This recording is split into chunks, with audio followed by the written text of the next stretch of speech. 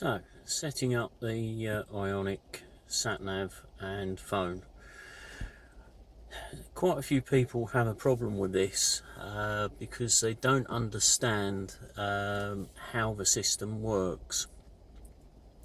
You've got the Bluetooth connection, which provides your phone connectivity so as you can make and receive calls, play music via your phone through the media player. And then you've got the Wi-Fi hotspot, which provides the data for the live services of the sat-nav itself. So we'll start by setting up the phone. So if you go to the phone icon on the bottom row, then go to the phone there, you have the settings option at the bottom here. So if we go into there, you've got the Bluetooth connections, add new item. So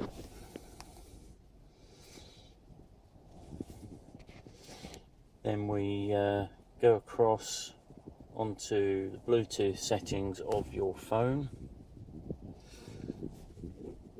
It's saying it's discoverable.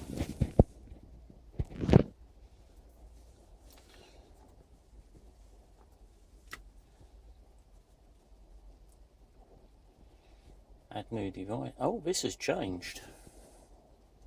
Ioniq. So this is something new on the new firmware of the device.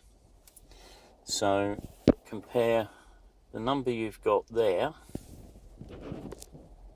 with the number on the thing. That all works. So pair.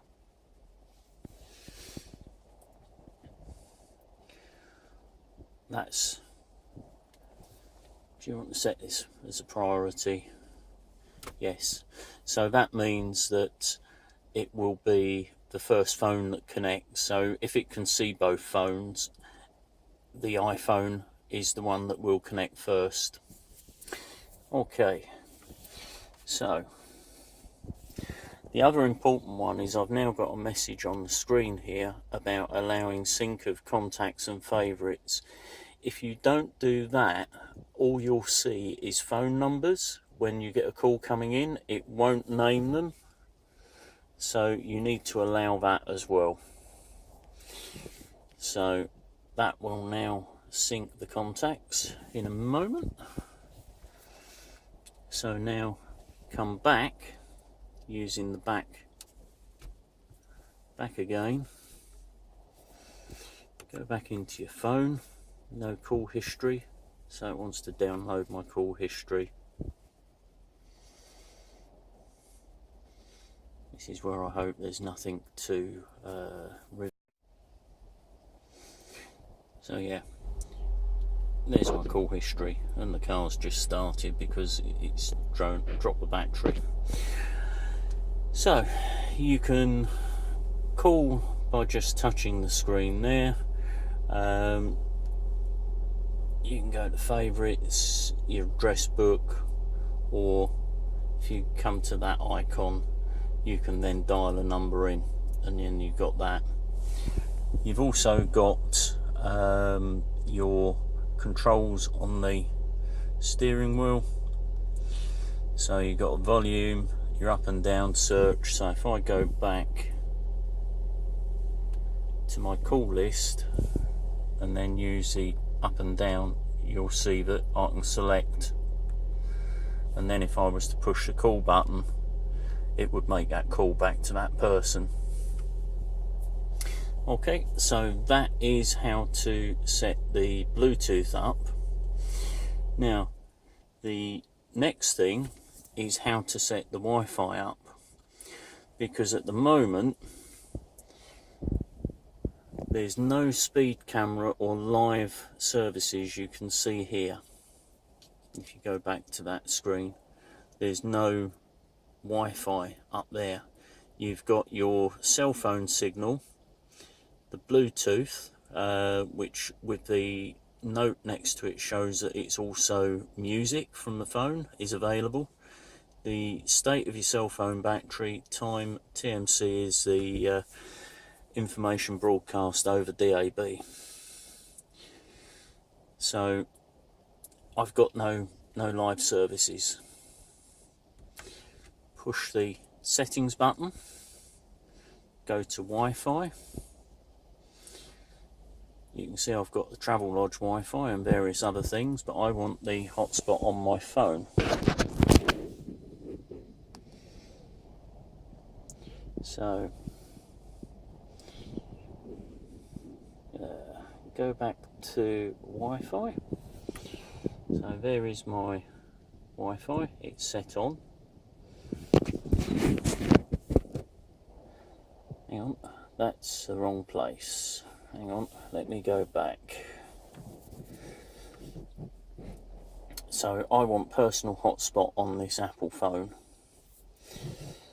And you can see that I've got the Wi-Fi password is password, because I've set it nice and simple so I don't give away the password that I use.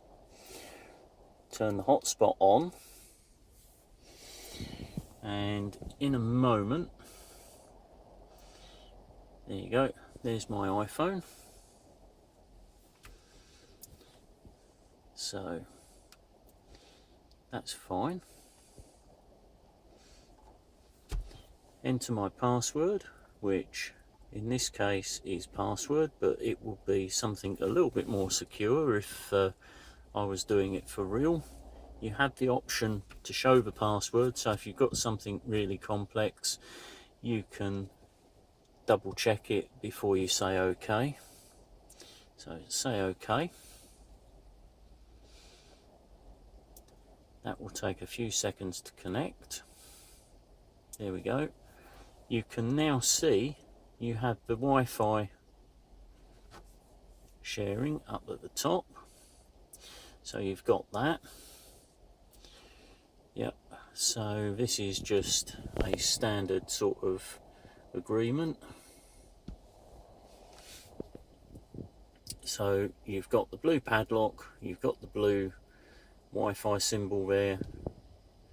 So that is now all connected. Let's go back. The other thing to check is that is where you would go to find that. I've lost it. Navigation. There we go. So if you come up to the navigation, go to guidance. Down at the bottom, you've got camera alert. You need the blue tick in that. By default, it is not ticked. Without that, you will not get the camera alerts, and you've seen it's just come up and said that it's found online data. So that's now connected via my phone out to TomTom Live Services to go and pick up traffic information, and because that's ticked, it will also pick up the speed camera alerts. Bear in mind, some countries don't allow the speed camera alerts. So if I turn that off and then turn it back on, you'll see the warning, which is what you'll normally see when you first activate it. So agree to that if you're allowed to in your country. So if we now come back, you'll now see that you have the speed camera warnings there as well. That little icon there will change depending on what type of speed camera it warns you about. If there's no cameras, it will sit there like that. If you touch that icon, it will send a note back to the TomTom Live to say that you've seen a speed camera that isn't reported. So if you've got like a police speed check on the side of the road, or a speed camera that isn't in the system, you can report it so that other road users are aware. Okay, so that icon, if you see two cameras one behind each other, it's a average speed camera, so you're measured between 2 points. If you've got like a camera with a set of traffic lights next to it, it will be a red light camera. If you've got just a camera, it's a standard fixed static camera. And if you see like a policeman with a camera, it tends to be one that somebody has reported, or it's a temporary camera. Okay, so that is how to set up the navigation unit. See you next time. Bye.